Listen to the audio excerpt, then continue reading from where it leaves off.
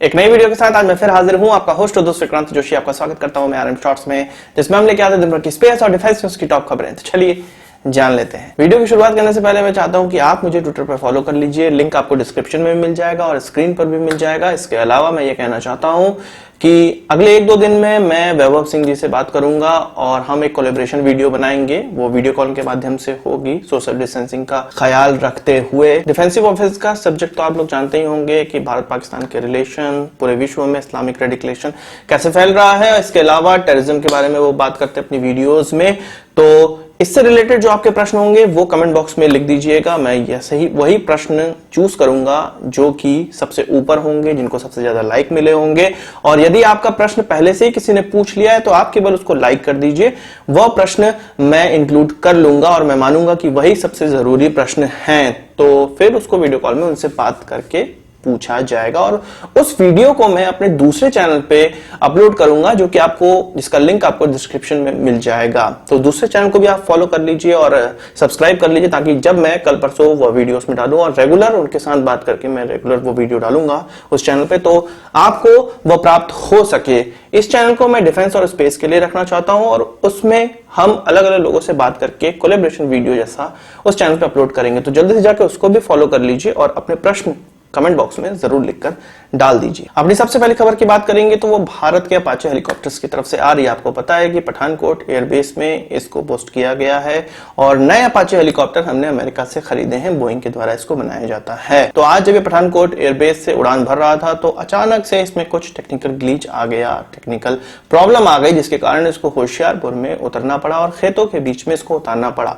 Pilot, crew, किसी को कोई दिक्कत नहीं हुई है, ना ही इस हेलीकॉप्टर को कोई दिक्कत हुई है। केवल एहतियातन पायलट ने सूझबूझ दिखाते हुए इसको होशियारपुर के गांव में उतारा, एक खेत में उतारा। और इंडियन एयरफोर्स का यह कहना है कि जो भी इसमें टेक्निकल प्रॉब्लम है उसको तुरंत दूर करके वापस इस हेलीकॉप्टर को उड़ने योग्य बनाया जाएगा और एयरबेस में, जो पठानकोट एयरबेस है, वहां पर जहां पर ये पोस्टेड है, जहां पर इसका पूरा स्क्वाड्रन पोस्टेड हो रहा है, वहां पर इसको फिर से ले जाया जा सकता है।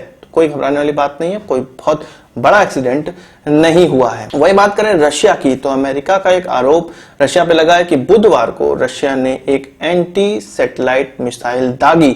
हालांकि अमेरिका ने यह कहा है कि जो ये एंटी सैटेलाइट मिसाइल दागी गई वो अपने टारगेट नहीं भेदी, यानी कि वो किसी सैटेलाइट से जाके टकराई नहीं है। पर वहीं अमेरिका यह भी कहता है कि रशिया, जो कि यह कवायद करता है कि स्पेस का मिलिटराइजेशन नहीं होना चाहिए, स्पेस का हथियार की तरह इस्तेमाल नहीं होना चाहिए, वही रशिया इस प्रकार के प्रैक्टिकल या एक्सपेरिमेंट कर रहा है। आपको पता है कि रशिया ने कुछ 6 से ज्यादा एक्सपेरिमेंट इस प्रकार के कर लिए हैं, जिसमें कि उन्होंने सैटेलाइट को नष्ट किया हो या एंटी सैटेलाइट मिसाइलें दागी हो। रशिया ने अमेरिका के इस आरोप का कोई भी जवाब नहीं दिया है, तो यह माना जा सकता है कि रशिया ने इस प्रकार के ट्रायल किए भी होंगे। आप जानते हैं कि इसके अलावा चाइना और भारत ने भी इस प्रकार के अलग अलग समय में ट्रायल किए हैं और अभी 2019 में ही भारत ने रिसेंट ट्रायल किया था। आप जानते होंगे कि पाकिस्तान की तरफ से एलओसी पे काफी सेलिंग की जा रही है और आज 11 बजे दिन में फिर से सेलिंग की गई। सीज फायर वायलेशन हुआ पाकिस्तान की तरफ से और आप जानते हैं कि कल ही हमारे आर्मी के प्रमुख जनरल नरवणे जी ने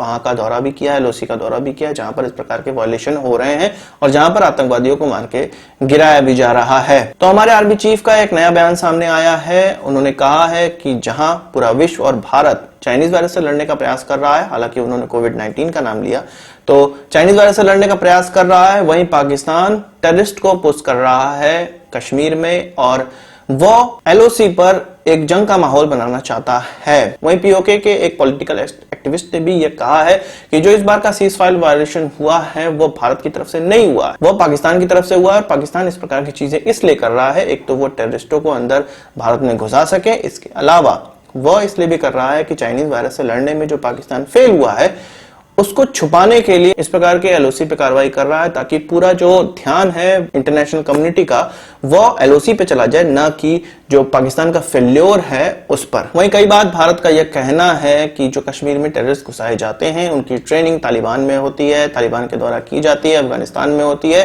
तो अब यह प्रूव भी हो गया है। एक इंटरसेप्ट किया गया जो कि तालिबान क्षेत्र में किया गया था, जहां पे तालिबान के आतंकवादी ट्रेनिंग ले रहे थे। तो अफगानिस्तान की फोर्सेस ने यह इंटरसेप्ट किया और वहां जब पहुंचे तो कुछ 15 आतंकवादियों को उन्होंने मार के गिराया, जिसमें से 5 आतंकवादी तो तालिबान से संबंधित थे, और जो बाकी 10 आतंकवादी थे वो जैश ए मोहम्मद से संबंधित थे। और आप जानते हैं कि जैश ए मोहम्मद ही वो टेररिस्ट ऑर्गेनाइजेशन है जो कि कश्मीर में अलग अलग तरह की घटनाएं करवाता है। तो इससे प्रूफ हो जाता है कि जैश ए मोहम्मद के आतंकवादियों को अफगानिस्तान तालिबान में ट्रेनिंग प्राप्त होती है।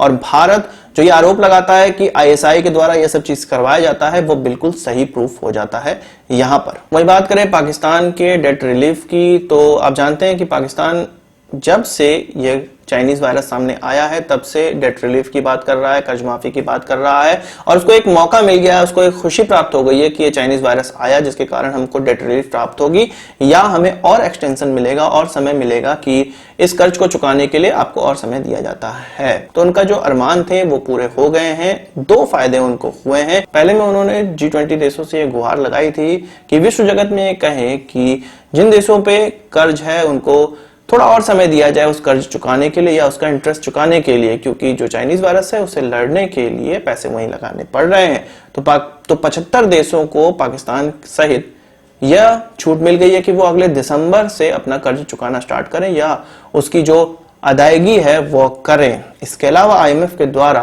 $1.4 बिलियन भी पाकिस्तान को प्राप्त हो गए हैं, और ये जो पैसे हैं वो जो उनको $6 बिलियन पहले आईएमएफ के द्वारा पिछले साल प्राप्त हुए थे उससे अलग होने वाले हैं। और इसका इस्तेमाल पाकिस्तान के द्वारा चाइनीज वायरस से लड़ने के लिए नहीं होगा, ऐसे कर्जों को चुकाने के लिए होगा जिसका इंटरेस्ट या जो किस्त है वो उन पर अभी भी है, और इससे रिलीफ पाने के लिए आईएमएफ ने पाकिस्तान को इस प्रकार के पैसे दिए हैं। तो उस पाकिस्तान जैसे अमीर देश को फिर से भीख मिल गई है जिसने भीख मांगने के लिए अपने प्राइम मिनिस्टर को रखा है, और उनका जो प्राइम मिनिस्टर है वो अपने टास्क में सफल होता नजर आ रहा है। पाकिस्तानी लोग ये सोच रहे होंगे कि कर्ज लेना बहुत अच्छी बात है और उनको ये लग रहा होगा कि बहुत बड़ी कामयाबी हमें हासिल हो गई है, पर उनको ये नहीं पता है कि इस कर्ज को चुकाना भी पड़ता है, चाहे पैसों से चुकाए या अपनी टेरिटरी कहीं चाइना जैसे देश को गिरवी रखकर चुकाना पड़े, पर चुकाना तो ये सब चीज पड़ता ही। आज के इस वीडियो के लिए बस इतना ही। आशा करता हूं कि वीडियो पसंद आया होगा। आप इसको एक बड़ा थम्स अप जरूर देंगे। इस वीडियो से मत कोई सवाल सुझाव हो कमेंट बॉक्स में जरूर लाइएगा, और यदि आपने हमारे चैनल को सब्सक्राइब नहीं किया उसे भी कर लीजिए, क्योंकि हम इस प्रकार की वीडियो लाते रहते हैं। नमस्कार, थैंक यू, जय हिंद।